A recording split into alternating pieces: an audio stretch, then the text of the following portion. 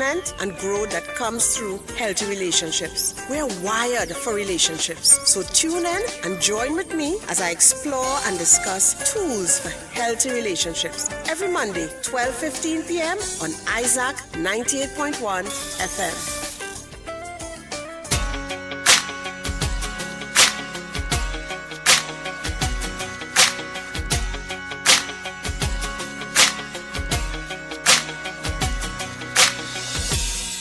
Guys, 90 minutes past 12 noon, we are ready for another edition of Healthy Relationships with the counselor and trainer, Petreece Cuffie, and I've got Petreece right here with me. Welcome back, Petreece. Thank you, Tiffany. Happy to be back, to be here. And good afternoon to all viewers, listeners. Everything all right, Tiffany, in terms of hearing? Yes, we are good to go. I think I need to make one adjustment though on the Facebook Live, and then we're good to go. But you go ahead. You go ahead. All right. So again, good afternoon to all viewers and listeners. And I am doing my 10 things you should know. And today I am looking at 10 things you should know about dealing with in-laws, and I'm hoping it will be one program. So again, if you're now tuning in, it is the 10 things you should know, but 10 things you should know about dealing with in-laws. All right. So let me first say that many of us, many people, many couples, they have wonderful mothers and fathers-in-law.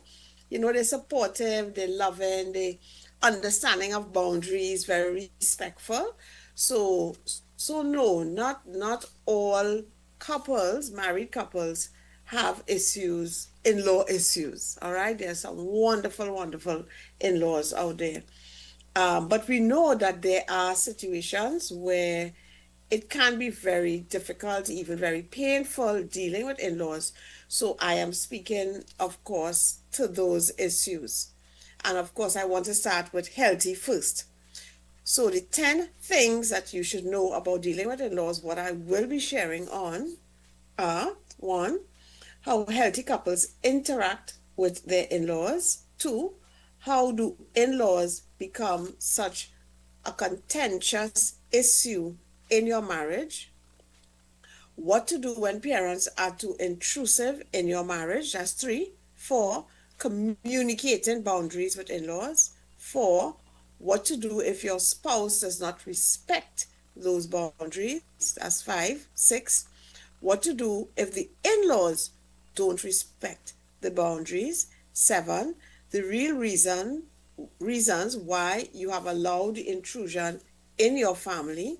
So this is speaking to the spouse.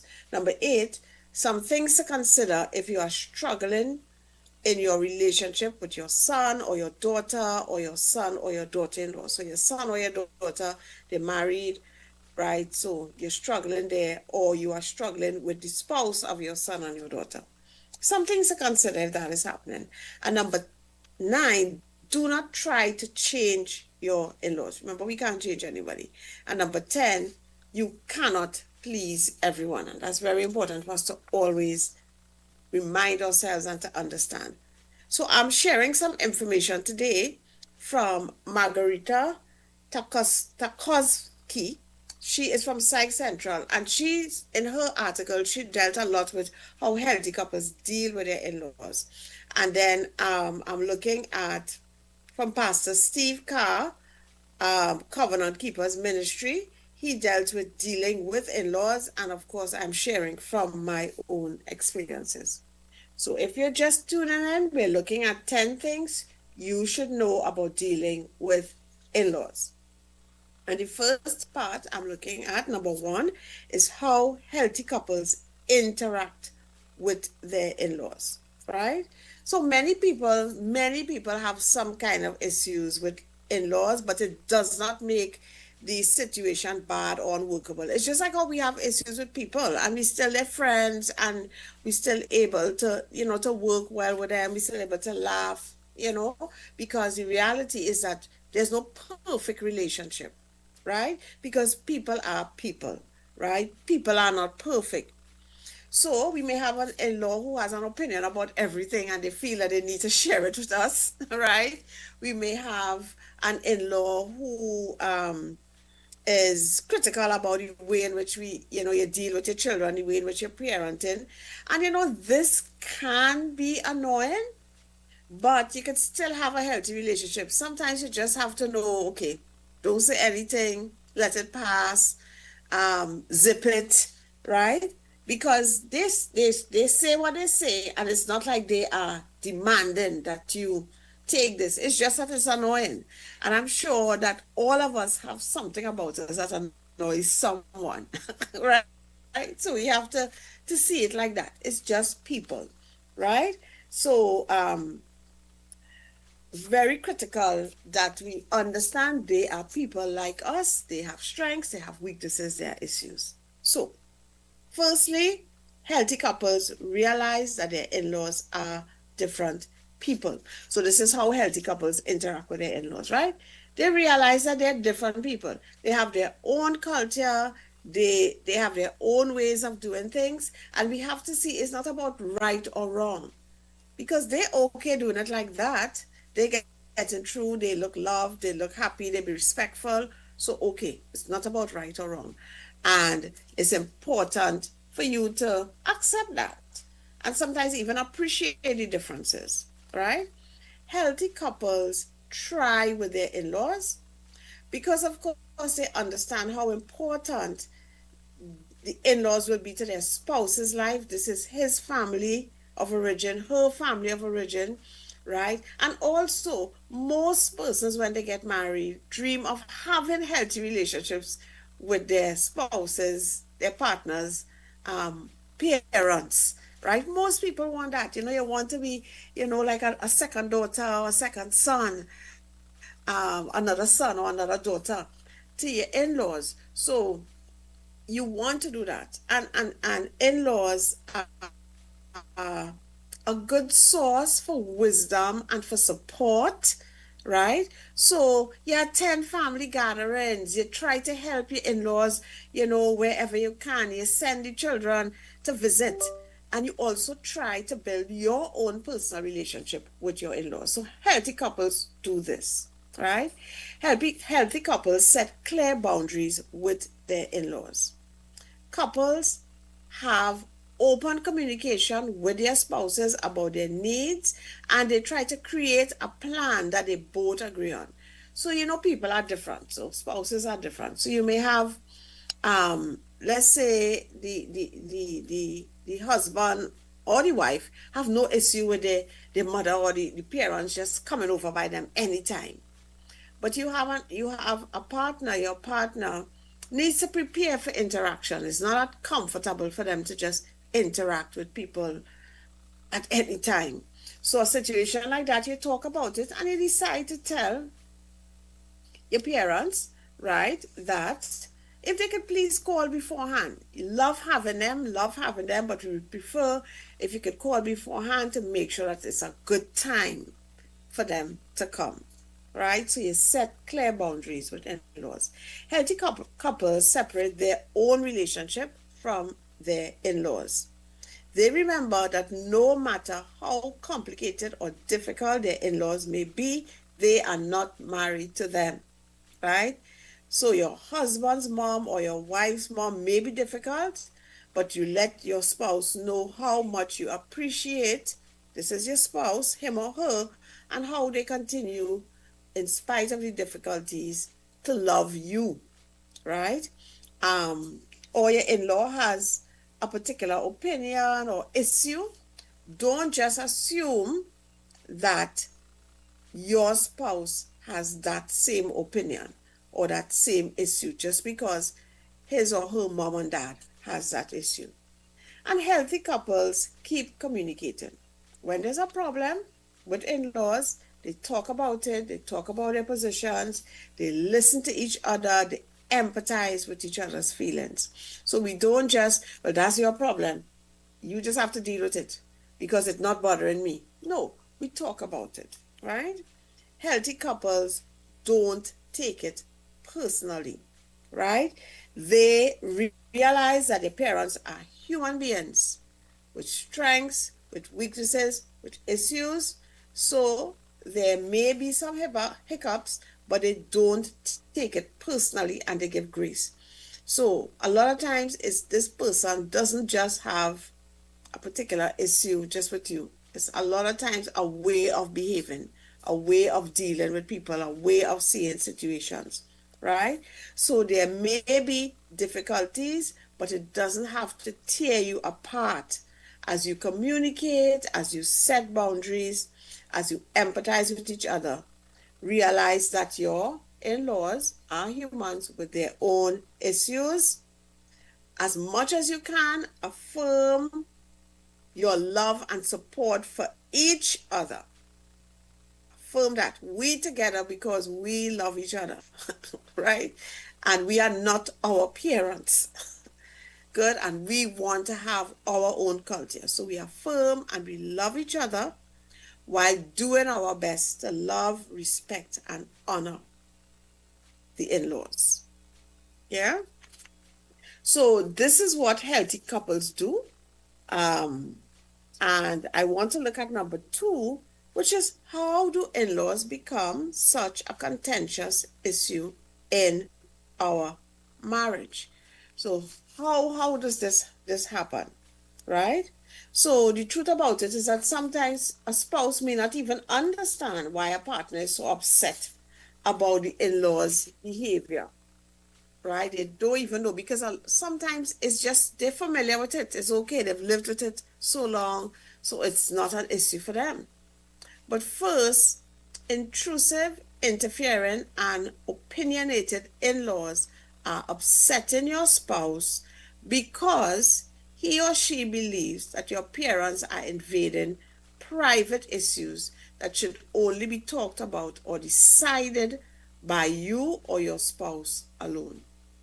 So sometimes what is happening, that intrusion, like just wanting to know certain information, wanting to know what you did here, wanting to know and it really, and always giving opinions when it's not even asked for, and it really could become difficult. So if you think, for example, um, of course you wouldn't expect it to be acceptable if somebody came into your house and saw your budget or saw your checkbook and started questioning you about why are you spending this money? Why did you write this check for this person? Or why is this on your budget? You would not find that to be anything healthy. Actually, it would be very annoying. It would be natural for you to take some kind of offense to someone doing something like that, right? Because it's really not their business. And this is a lot of times how a spouse will view the parent's intrusion on personal matters. So it's important to be able to talk about these things and to see it through the other person's eyes. Because while you are familiar with all the stuff your parents do, and you have learned over the years to treat with it in a particular way, and as a lot of times for peace sake, they don't mean anything like that. My mother didn't mean anything like that. My father didn't mean anything like that. That's how you have dealt with it, but it doesn't mean that if you look at it in terms of if a stranger were doing this, how would it impact you? You might start to see it differently, right? And secondly, your spouse views your unwillingness to stop these intrusions into the family. A lot of times, it almost like a betrayal, right? Your spouse believes that every time you take the parent side or you do nothing to stop the intrusion, that you are betraying them in a sense. And sometimes even just betraying that vow to cherish and to love, right, above all others. So sometimes it feels like you're putting your parents first and your parents' feelings first. And betrayal really is something very painful when it happens in any relationship, and very painful when it happens in a marriage. It could really inflict a wound on a spouse's heart. It could create a lot of anger in the marriage and start to whittle away and drive, a wedge between um, between the spouses, between you all as spouses, because you can have situations where in-laws can be, difficult to deal with. But as a couple, because we have a united front, we are good. We are good. It's painful, yes, and we have learned, we have grieved, and we have accepted a new normal, and we are good, right?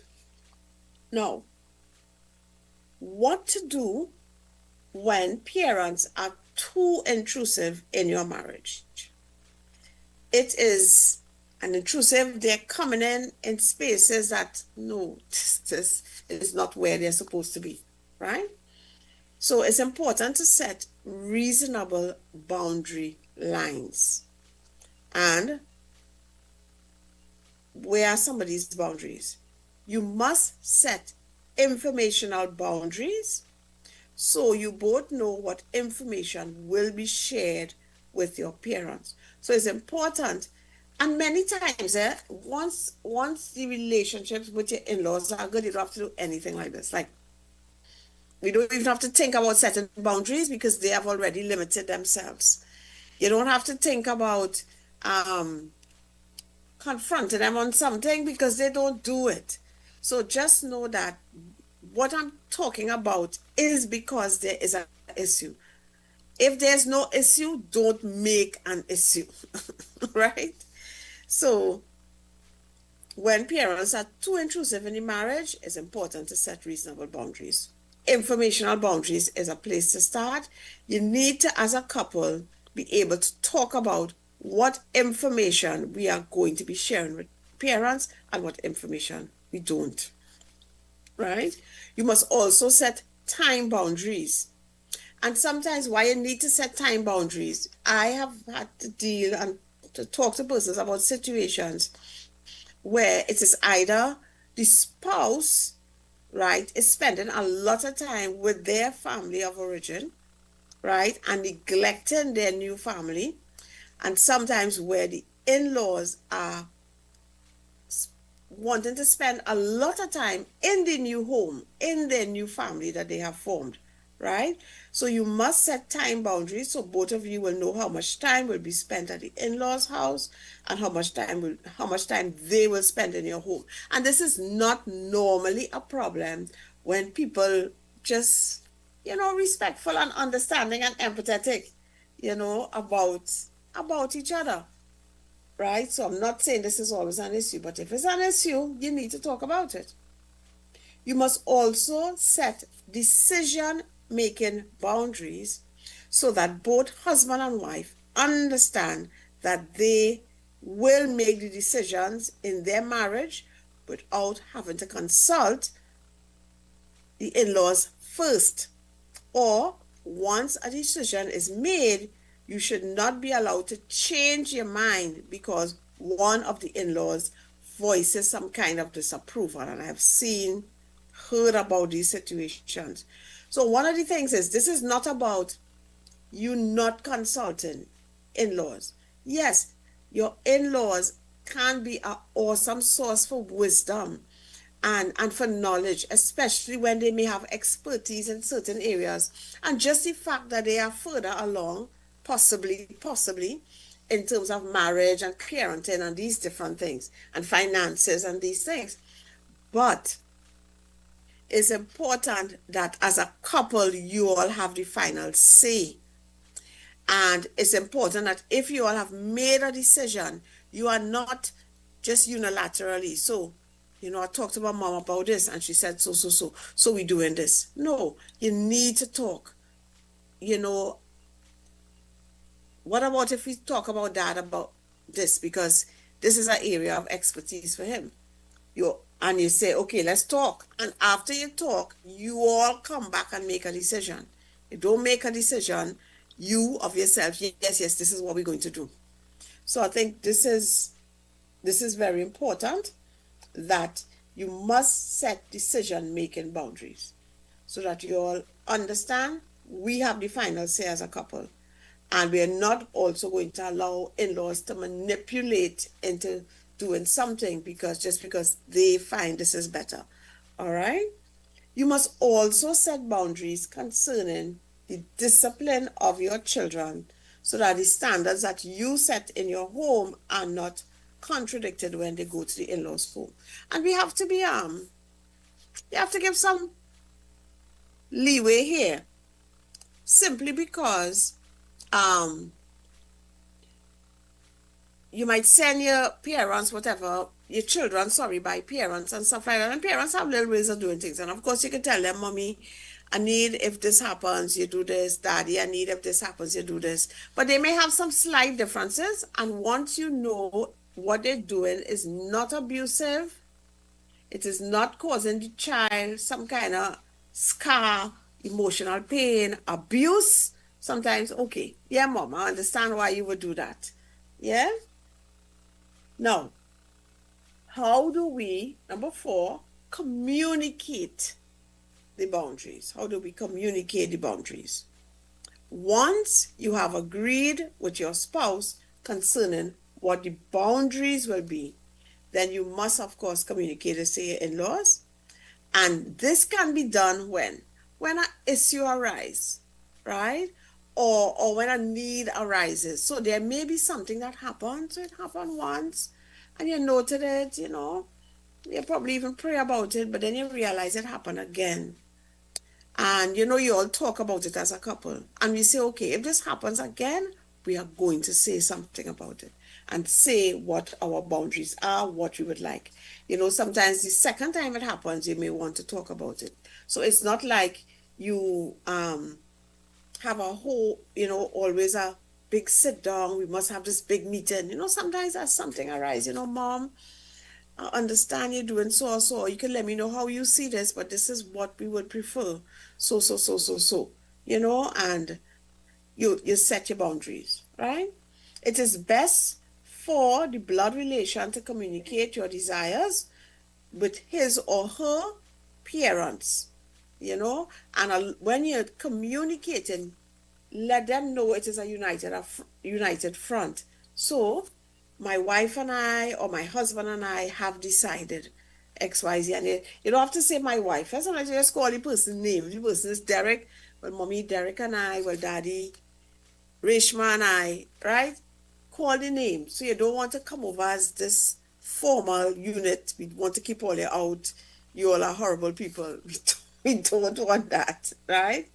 But you want your parents to know that this is a unanimous decision. Now, you and your spouse could talk. But number 5, if your spouse does not respect the boundary, so he or she agreed that this is how things will be handled or how things will be managed, right? But they did not keep the agreement, right? And you need to sit down again and talk with your spouse, discuss the issue, try to understand what is making it so difficult for him or her to ensure that this boundary is kept, right? If you're the spouse that has broken the agreement, violated that agreement that we decided, you want to ask forgiveness, right? You want to repent. You want to ask forgiveness. Clarify again your concerns and agree together about what should be done. Then keep your commitments. And sometimes this happens because many times even as spouses, they can't necessarily understand, why is she behaving like this? Why is this an issue? Why is this an issue for him? And sometimes we need to keep talking until there is agreement and we understand how we want to move forward as a couple, right? And we have to remember, if we agree on something as a couple, this is how we're going to operate with the in-laws, with your parents. You want to keep that agreement, because when you don't, it erodes trust, right? I cannot trust your word as your spouse. Now, if the in-laws don't respect the boundaries, number 6, first, sit down and have a heart-to-heart talk with your in-laws concerning their compromise of your boundaries. And you want to be empathetic. You want to Hear how they're feeling, identify that. You don't want to just go in there and say, I know you don't care or you don't respect me. No, so and so is happening. Mom, can I understand how you see it? Dad, could you tell me how you see the situation? Because there may be a good reason in their mind why they're not doing this. And you want them to feel heard. Because when people feel heard, they are more likely to comply, to hear you and to comply, right?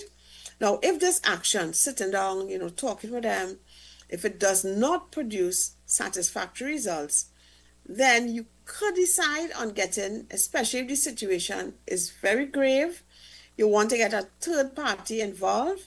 You could ask your pastor or some other leader, especially if we're Christians, followers of Jesus in a church community, to talk about it, get another perspective on this. Let them hear another voice saying it, right?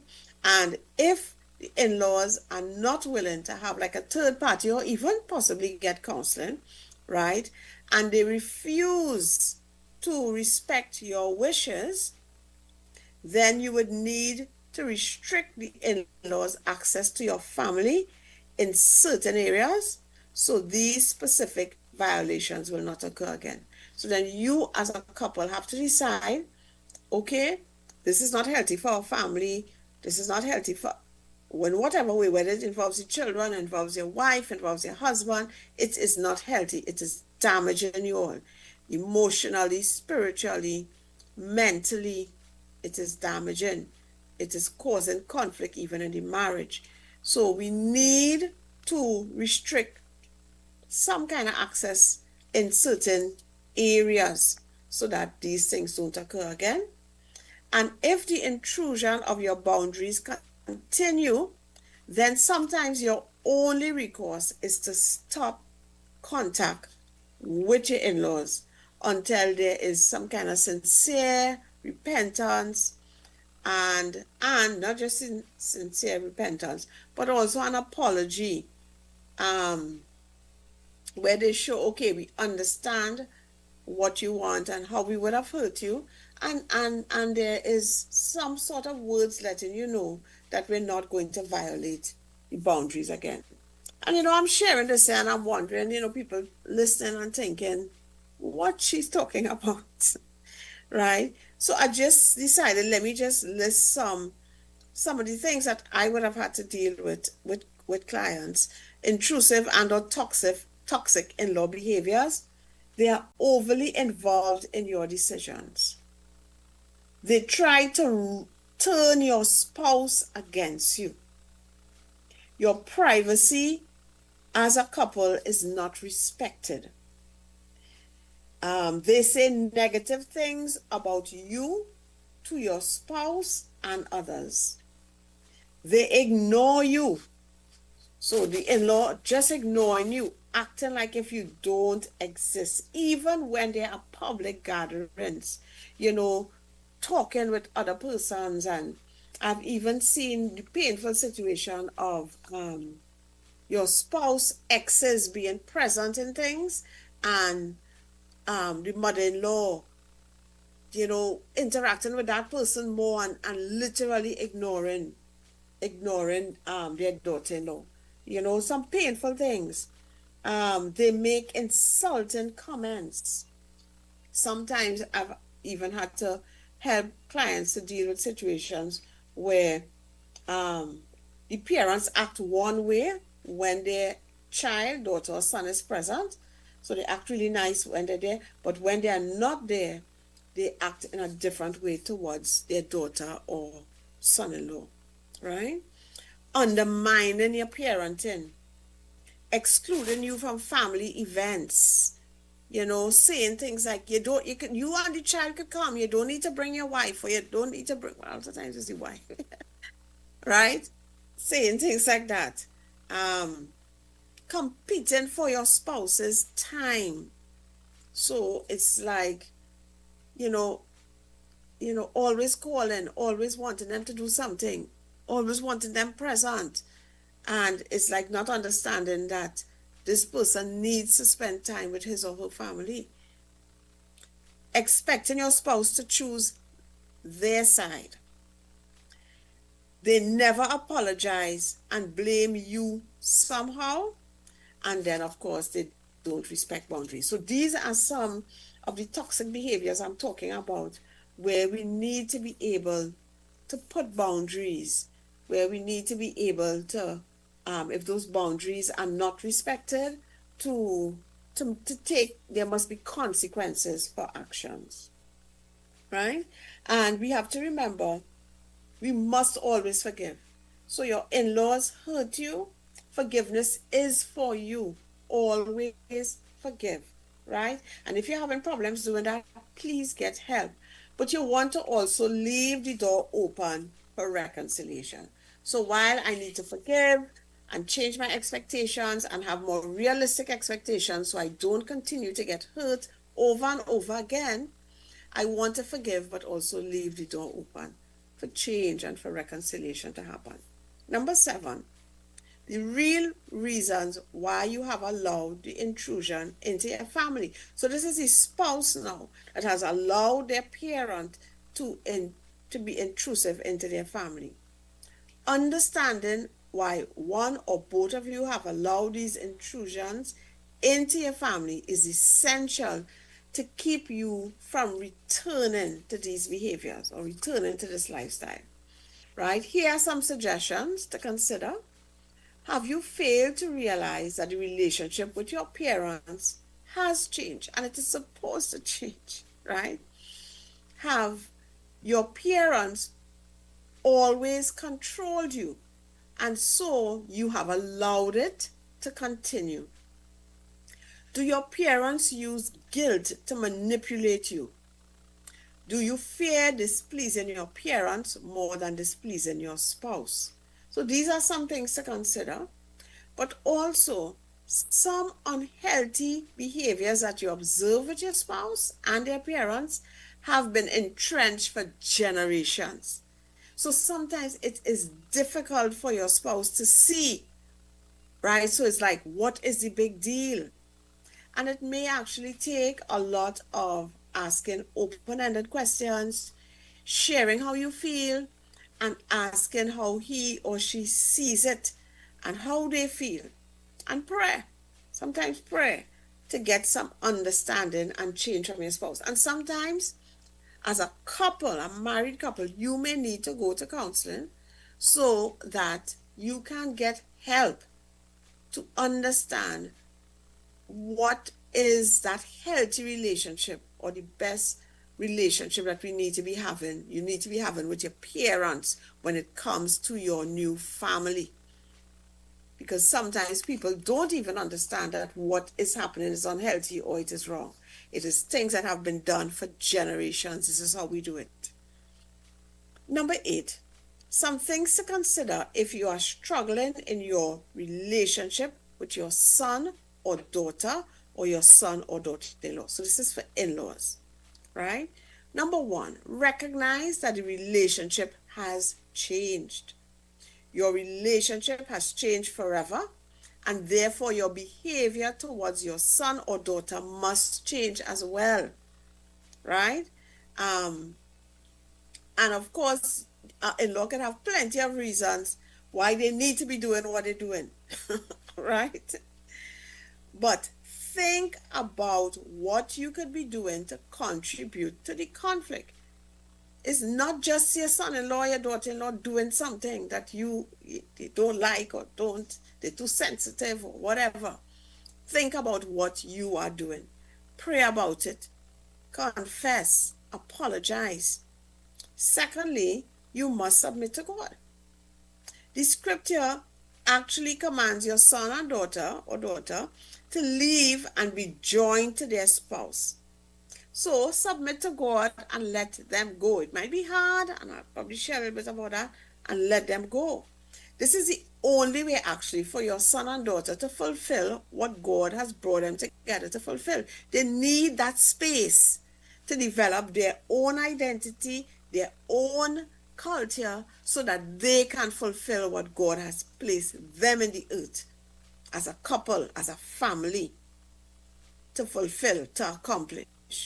So submit to God, and let them go, right? Deal with the real issues.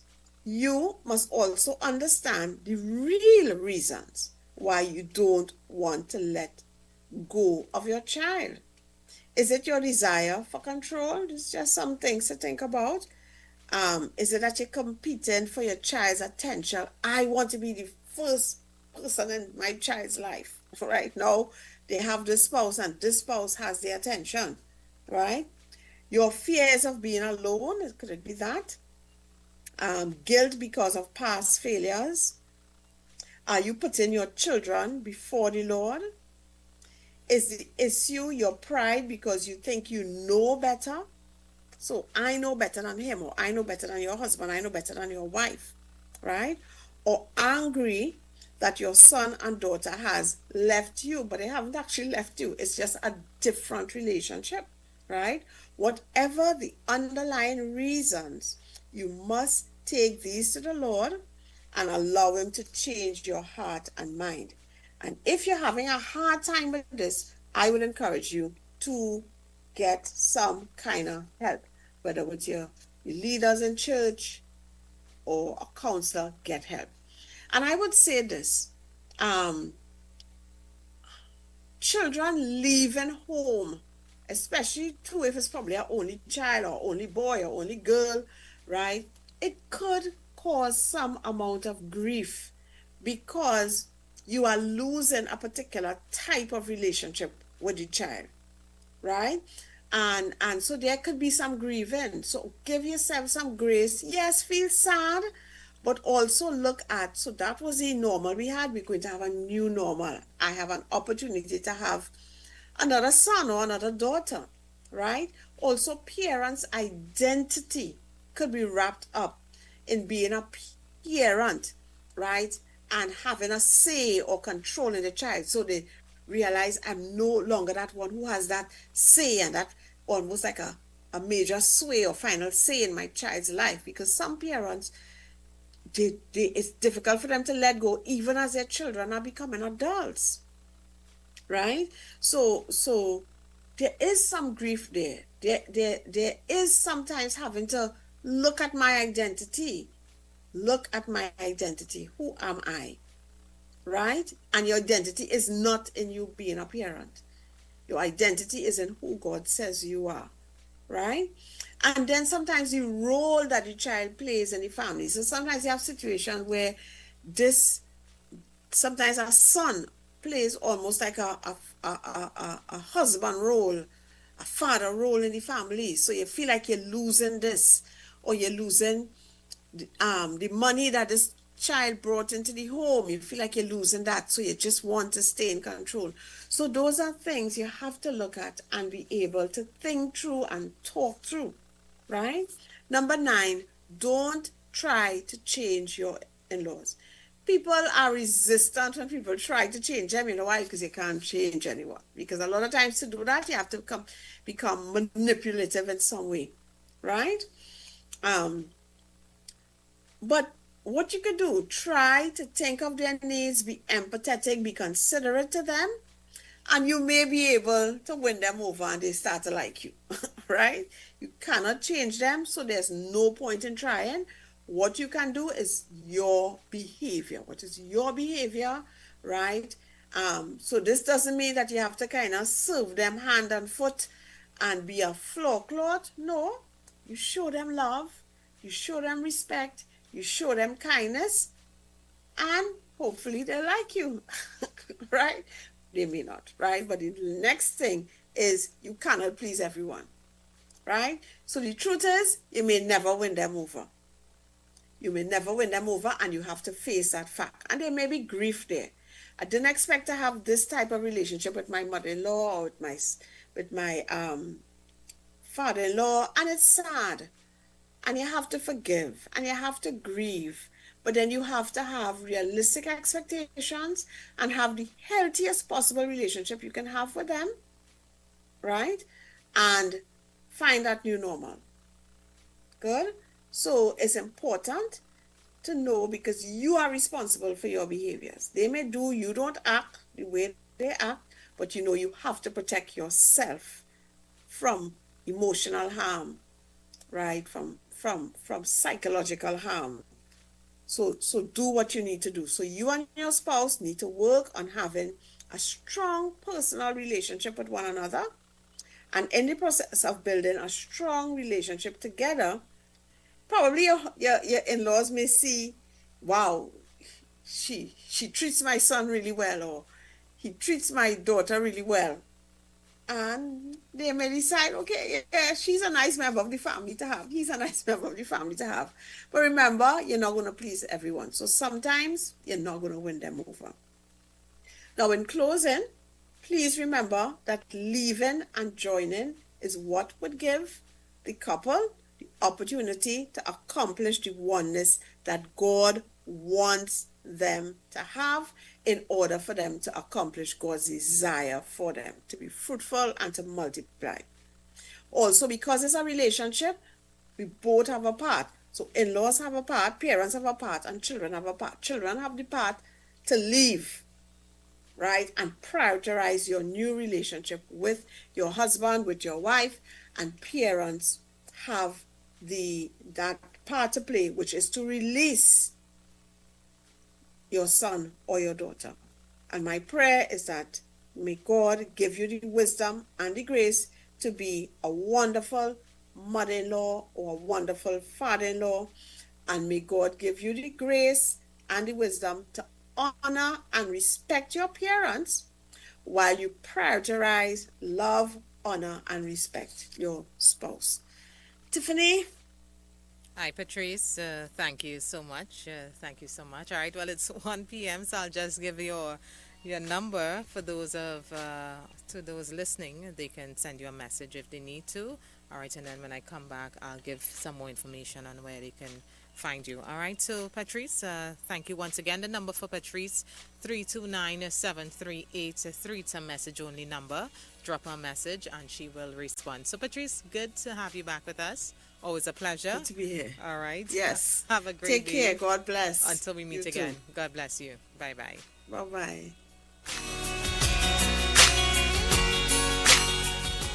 Hi, I'm Petreece Cuffie, counselor and trainer, and one of my deepest desires is to see people experience the fulfillment and growth that comes through healthy relationships. We're wired for relationships, so tune in and join with me as I explore and discuss tools for healthy relationships every Monday, 12:15 p.m. on Isaac 98.1 FM. In celebration of Isaac's